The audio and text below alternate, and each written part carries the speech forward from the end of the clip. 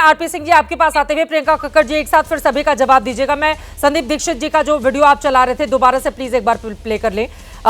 2020 का अगर मैं यहां पर आंकड़ा दिखाना चाहूंगी, न्यू दिल्ली में जहां से अरविंद केजरीवाल हैं, चुनावी मैदान में प्रवेश सिंह वर्मा के नाम का ऐलान किया गया, संदीप दीक्षित हैं। देखिए, भारतीय जनता पार्टी को नई दिल्ली में 32.75% वोट मिले थे 20 में, कांग्रेस पार्टी को 4.21%। अब संदीप दीक्षित जो शीला दीक्षित के बेटे हैं, जो पूर्व सांसद भी रहे हैं, इतने कद्दावर नेता कांग्रेस पार्टी के, अब 4% से क्या वो अरविंद केजरीवाल को हराकर 61% वोट हासिल कर पाएंगे? ये बड़ा सवाल है। अरविंद केजरीवाल को 2020 में 61.1% वोट मिला था। बीजेपी के प्रवेश वर्मा के लिए भी ये चुनौती है। नई दिल्ली में यहां पर आम आदमी पार्टी बहुत आगे है, लेकिन इस बार क्या परिस्थिति बदल जाएगी? क्योंकि जेल जाने के आरोप, कथित शीश महल के आरोप लगातार बीजेपी और कांग्रेस के नेताओं की ओर से आम आदमी पार्टी के ऊपर लगाए जा रहे हैं, अरविंद केजरीवाल के ऊपर। कालका जी की बात करें, आपको 52% से ज्यादा वोट मिले, वहां पर बीजेपी को 41% से ज्यादा वोट मिले, तो यहां पर कांग्रेस पार्टी को सिर्फ 4.64% वोट से ही संतोष करना पड़ा। तो कालका जी में अलका लांबा, जो कि महिलाओं को लेकर चलती हैं, उसी विभाग के अध्यक्ष भी हैं कांग्रेस पार्टी की, उसके बावजूद कालका जी में कैसे कड़ी और बड़ी टक्कर वो देंगी?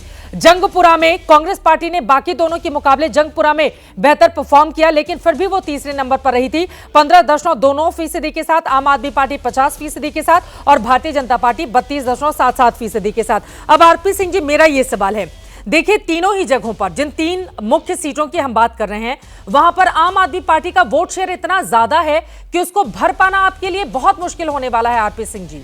तो वो कौन सा करिश्मा हो जाएगा बीजेपी दिल्ली के लिए कि आम आदमी पार्टी को न सिर्फ सत्ता से बाहर आप लोग करेंगे, बल्कि इन 3 सीटों पर भी आपके उम्मीदवारों को जीत हासिल होगी? चित्रा जी, यमुना जी में बहुत जहरीला पानी बह चुका पिछले 5 साल में, और अब लोग सहन करने को तैयार नहीं। कहा था मैं डुबकी लगाऊंगा, अब लोग डुबकी का इंतजार करें, अब डुबकी नहीं लगाएंगे, इनको डुबो देंगे अब इस बार यमुना जी, पक्की बात है, क्योंकि बहुत हो गया। तो ये झूठ का जो प्रपंच है बार बार नहीं चल सकता। अभी कह रहे थे कि हमने दिल्ली के अंदर ट्रांसपोर्टेशन बहुत अच्छे करती। दिल्ली के अंदर आज से 10 साल पहले 15,000 बसें चाहिए थी, आज ही कुल मिलाकर 7200 बसें, जिसमें से 1900 बसें प्रधानमंत्री मोदी जी ने ईवी बसेस दे रखी हैं। अगर ये 15,000 बसें दिल्ली में चले तो दिल्ली के अंदर प्रदूषण की स्थिति बहुत अच्छी हो सकती है, परंतु इनको तो लेना देना नहीं। इनको तो डीटीसी को घाटे में कर दिया इन्होंने। दिल्ली जल बोर्ड जो कि मुनाफे की कंपनी थी, 700 करोड़ रुपए मुनाफे की कंपनी थी, आज 73,000 करोड़ रुपए की घाटे की कंपनी हो गई। तो लोग समझ रहे हैं सिर्फ ये नहीं कि सिर्फ शराब का घोटाला हुआ, ये नहीं कि सिर्फ एक के साथ एक शराब की बोतल का मामला हुआ, यही नहीं कि सिर्फ पीने का पानी गंदा आ रहा है और वो भी कह रहे हैं कि हम आकर, अरे अभी सरकार है, अभी कौन सा चुनाव की घोषणा हुई है, अभी करिए ना बिल माफ। अभी इन्होंने कहा था कि हमने महिला सम्मान निधि की बात कर रहे थे, अरे आपने तो मार्च के महीने के अंदर महिला सम्मान निधि घोषणा कर दी थी, पास कर ली थी कैबिनेट के द्वारा, तो पिछले 9 महीने का 9,000 रुपये दे दीजिए आप, तो लोगों को सुविधा हो जाएगी। परंतु वो तो है नहीं, क्योंकि लोग समझ रहे हैं वादा तेरा वादा, वादे तेरे में अपनी मारा जाएगा बंदा सीधा साधा। अब की बार लोग समझ आ रहे हैं झूठ के फड़पंच में आने वाले नहीं। और पाप की हंडी एक बार चढ़ती बार बार नहीं चढ़ती। अभी आपको याद है ना, जहाँ मैं रहता हूँ राजेंद्र नगर, वहाँ पे 3 बच्चों की मृत्यु या हत्या कहूँ क्या कहूँ उनकी हुई, क्योंकि सीवर का पानी ओवरफ्लो कर गया। ये सीवर का पानी तक नहीं मैनेज कर पाए, जल बोर्ड में सीवर का पानी मैनेज नहीं कर पा रहे। मोहल्ला क्लिनिक का गाना गाते हैं ना, 65,000 टेस्ट नकली किए, वो जांच चल रही है उसके। 65,000 जो टेस्ट, एक ही नंबर पे कई सारे टेस्ट, 5-5 टेस्ट एक ही नंबर पे होते थे, उसके बिल बनकर कंपनी के पास चले जाते थे। 3 बच्चों की हत्याएं, मृत्यु हो गई सिर्फ इसलिए कि दवाई गलत दे दी गई मोहल्ला क्लिनिक के अंदर, और 6 बच्चे को हॉस्पिटलाइज होना पड़ा।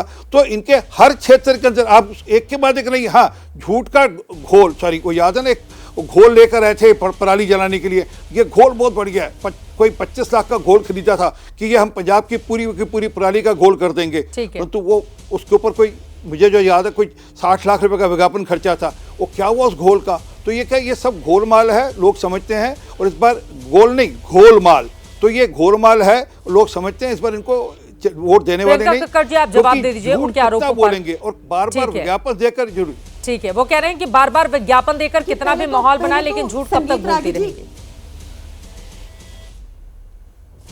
80% विज्ञापन जो निर्भया फंड का था ना, इन्होंने बेटी बचाओ इन्होंने अपनी कैंपेनिंग में लगा दिया। ये झूठ बोलते हैं, आपको फिर से झूठ बोल रहे हैं। मोदी जी ने 15 लाख का वादा पूरा कर दिया कि मोदी जी ने 2 करोड़ के रोजगार का वादा पूरा कर दिया। बात कर रहे हैं आप झांसी में 10 बच्चे इन्फेंट बच्चे झुलस के मर गए, भूल गए आप? अभी की बात है। आप बात कर रहे हैं जहां पे ऑक्सीजन की कमी रहती है आपके अस्पतालों में।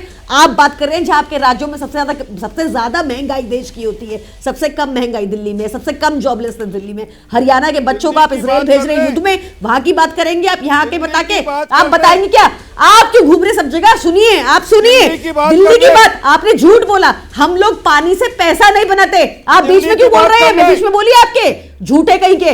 दिल्ली की कर रही हूँ, आप मुंह बंद करके कान खोल के सुने। दिल्ली में भी बीजेपी आरपी सिंह की टोकना बंद करते, सच सुनने की क्षमता रखें। आपके फोन पे वाईफाई कम पढ़ी लिखी सरकार दूसरों को बोलने भी नहीं देती। कम पढ़ी लिखी सरकार दूसरों को टोकती है क्योंकि मैं सच बोल रही हूँ। कम पढ़ी लिखी सरकार की सुनने की क्षमता कम है। आप सुनिए, आप पूरी बात। आपने दिल्ली के जल बोर्ड की बात की, आपको पता नहीं है दिल्ली में जल बोर्ड का नॉन रेवेन्यू वाटर है। हम अपने लोगों से पानी पीने का पानी नहीं लेंगे। पानी हमारी सेवा है। आप हर चीज में कमाई करते हैं। आप 900 दफ्तर बना रहे हैं भाजपा के हर जगह 100-100 करोड़ लगा के। कहां से आ रहा है ये पैसा? लोग समझते नहीं है। एक नंबर की महाचोर और महाकरप्ट सरकार है भाजपा, ऊपर से नीचे तक करप्शन में डूबी हुई है। आप बोल के दिखाइए, चलिए जय भीम बोलिए। आपसे वो भी नहीं बोले जाएगा, सारा दिन मोदी मोदी मोदी मोदी। इतनी बार तो भगवान का नाम लिया होता स्वर्ग जन्नत मिल जाती है आपको। आप सुनिए ये बात, आपकी अनएम्प्लॉयमेंट सबसे हाईएस्ट, आपकी महंगाई सबसे हाईएस्ट, आपकी फूड इन्फ्लेशन सबसे हाईएस्ट। दिल्ली में एक ईमानदार सरकार है जो अपनी जेबें नहीं भरती, अपनी जनता को देती है। और संगीत रागी जी, वर्किंग वुमेन की स्ट्रगल आप नहीं समझते।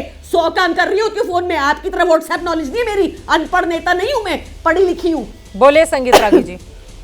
आप ये बताइए, आपने गरीबों के लिए हाँ मैं एक चीज और चित्रा जी, एक चीज और बोल दीजिए। काम ढीले जरूर हुए, एक चीज और चित्रा जी प्लीज प्लीज बोलिए। काम ढीले जरूर हुए, हमारी फाइलों पे बैठ गए, हमें सीसीटीवी नहीं लगाने दिया, हमने धरना दिया लगवाए। हमारे मोहल्ला क्लिनिक की फाइलें ऊपर नीचे करते गए, हमने फिर भी 550 मोहल्ला क्लिनिक खुलवाए। हमारी हमें लैंड नहीं दी, फिर भी हमने लड़ के 6 यूनिवर्सिटी कैंपसेस, 3 यूनिवर्सिटी, 11 कॉलेजेस बनवाए। आपने क्या किया है? शिलान्यास।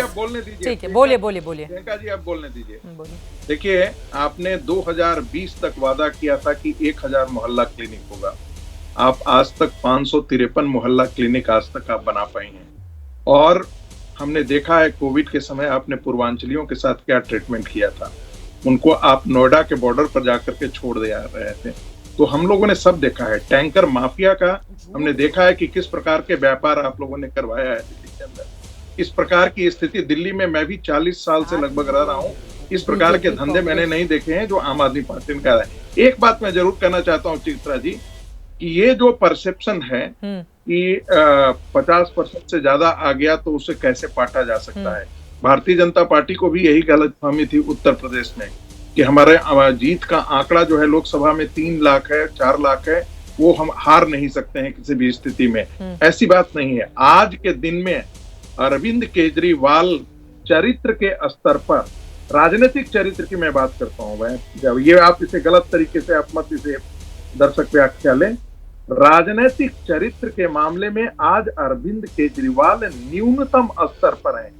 एक आदमी जेल से सरकार चलाया हो, इससे बड़ा घटिया उदाहरण कोई हो नहीं सकता है। और कहा जाता है हम आम आदमी पार्टी, 18 लाख के आप कमोड पर बैठते हैं साहब, आपको लाज और शर्म नहीं आती है? आप बाहर निकलते हैं तो 10 रुपए का कलम और हवाई चप्पल पहनते हैं और 45 लाख के नहीं कोई नहीं प्रियंका जी, आप मत कीजिए। सुनिए पहले, सुनिए के मादा रखिए, सुनने का मादा रखिए। अरे झूठ और बेईमान और भ्रष्टाचारी आम आदमी पार्टी से बड़ा, फिर वही भाषा का मैं प्रयोग कर दूंगा तो आप से जाएंगे पार्लियामेंट। बिहार में होता तो ऐसे आदमी को लफंगा कहा जाता।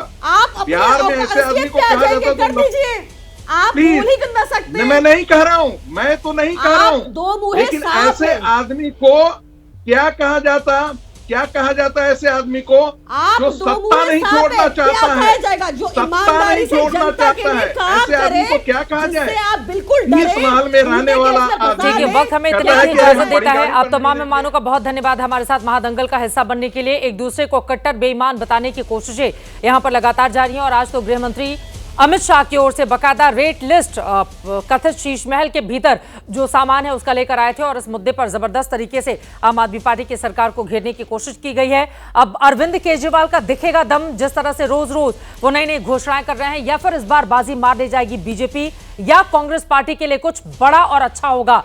अब की बार दिल्ली में किसकी बनेगी सरकार, लगातार रहेगी एबीपी न्यूज की नजर।